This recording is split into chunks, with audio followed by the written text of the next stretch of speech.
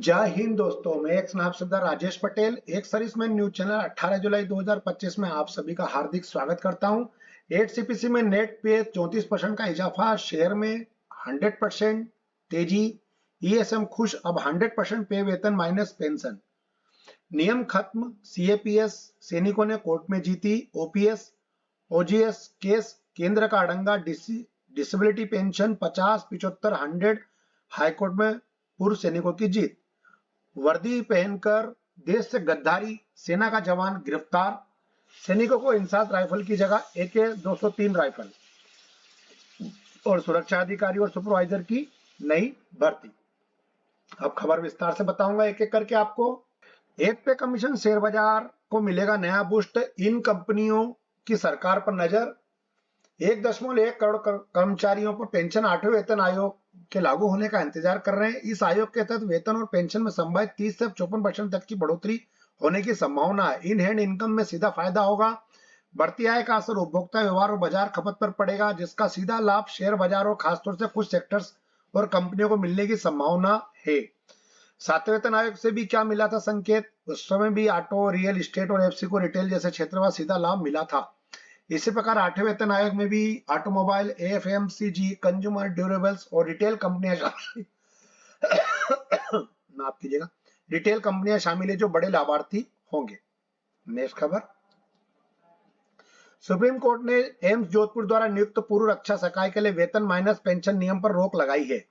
15/5/2025 से वेतन minus pension फार्मूले के भावी आवेदनों की अनुमति दी। जवाब में आसानुद्दीन अमानुल्लाह एसवी भट्टी जैसे एक डिवीजन बेंच ने नोटिस जारी किया और भर्ती के लिए सकाय सदस्यों के अंतिम राहत दिए। पृष्ठभूमि में चारों याचिकाकर्ता प्रतिष्ठित चिकित्सा पेशेवर थे, जिन्हें सीधी भर्ती के लिए 2015 से 2020 के लिए सार्वजनिक किया गया था। इसमें 1986 का हवाला देते हुए सभी सेवानिवृत्त सरकारी कर्मचारियों पर वेतन घाटा पेंशन फार्मूला लागू करने का निर्देश दिया था। इस निर्देश का अनुपालन में एम्स जोधपुर ने 24/11/2024 को एक अतिरिक्त परिपत्र जारी किया था, जिसमें प्रभावित कर्मचारियों को अपने पेंशन विवरण का खुलासा करने का निर्देश दिया गया था, जिससे पूर्वव्यापी वेतन वसूली की प्रक्रिया को शामिल किया गया था। बाकी आप इसको पूरा लेटर पढ़ सकते हैं, काफी बड़ा है ये। अगर मैं पूरा पढ़ूंगा तो न्यूज काफी बड़ी बन जाएगी। नेक्स्ट खबर है कि CAPF अदालत में ओपीएस और ओजास तक जीती, लड़ाई नहीं मानी सरकार, कोर्ट में एक पहचान पदोन्नति हित के लिए इतने केस। कमांडरों के लिए इसलिए काटने पड़ते हैं अदालतों के चक्कर, लड़ाई लड़नी पड़ रही है। 11 लाख की नफरी वाले इन बलों पर पुरानी पेंशन बहाली और कैडर अधिकारियों की पदोन्नति, संगठित सेवा का दर्जा, ओजीएस नए सर्विस रूल से वित्तीय हितों को लेकर अदालती लड़ाई जीती है, लेकिन सरकार नहीं मानी। दिल्ली हाईकोर्ट ने इन बलों में ओपीएस लागू करने का फैसला सुनाया तो था, लेकिन केंद्र सरकार सुप्रीम कोर्ट में चली गई और सीएपीएफ को कैडर अधिकारियों की पदोन्नति, संगठित सेवा का दर्जा, नए सर्विस रूल्स को लेकर सुप्रीम कोर्ट ने जो फैसला सुनाया था उस पर केंद्र सरकार रेवेन्यू पिटीशन में चली गई है। पहचान और पदोन्नति के मामले में हाईकोर्ट और सुप्रीम कोर्ट ने लंबित सीएपीएफ में कई मामले भी रहे और जो कोर्ट की अवमानना के लिए दायर किए गए हैं। कमांडरों को इसलिए अब काटने पड़ रहे हैं अदालतों के चक्कर, इसलिए उन्होंने सीआरपीएफ को अलविदा बोल चुके। सहायक कमांडेंट सर्वेश त्रिपाठी के मुताबिक सीएपीएफ में सीधे नियुक्ति राजपत्रित अधिकारियों को कई तरह की चुनौतियों का सामना करना पड़ रहा था।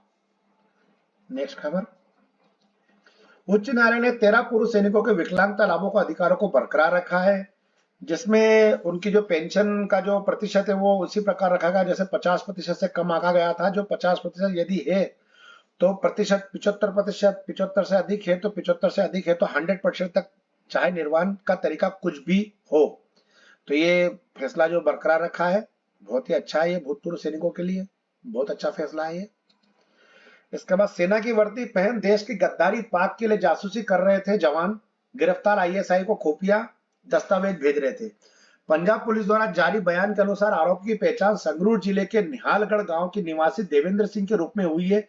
उसे 14 जुलाई को जम्मू कश्मीर के बारामूला जिले के उरी से गिरफ्तार किया गया था। एक सेवारत सैनिक को पाकिस्तान के इंटर सर्विस इंटेलिजेंस आईएसआई खुफिया जानकारी लीक करने के आरोप में गिरफ्तार किया है। पंजाब पुलिस द्वारा जारी बयान के अनुसार आरोपी की पहचान संगरूर जिले के निहालगढ़ गांव निवासी देवेंद्र सिंह के रूप में हुई है।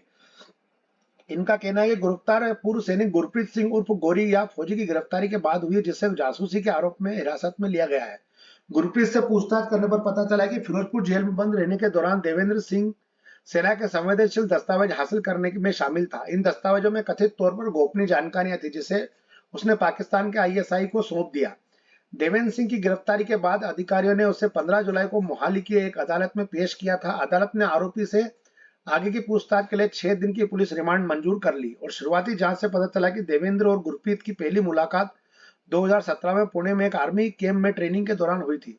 इसके बाद दोनों के बीच संपर्क बना रहा और बाद में दोनों सिक्किम में और जम्मू में तैनात थे। तो ये बहुत ही शर्मनाक खबर है और मैं अपने भूतपूर्व सैनिक भाइयों से भी ये आग्रह करूंगा कि ऐसी कोई खबर अपन गलती से भी ना भेजें। कई प्रकार के आईएसआई एजेंट जो है हमारे आसपास घूमते रहते हैं, खासकर भूतपूर्व सैनिकों और सैनिकों के लिए।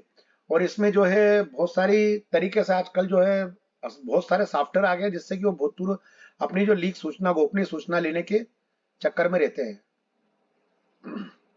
तो कृपया इनसे सबसे दूर रहे। नेक्स्ट खबर, पाक चीन सीमा पर गरजेगी अमेठी से निकली 7000 AK-203 राइफल, भारतीय सेना को मिलेगी रूसी ब्रह्मास्त्र जाने ताकत।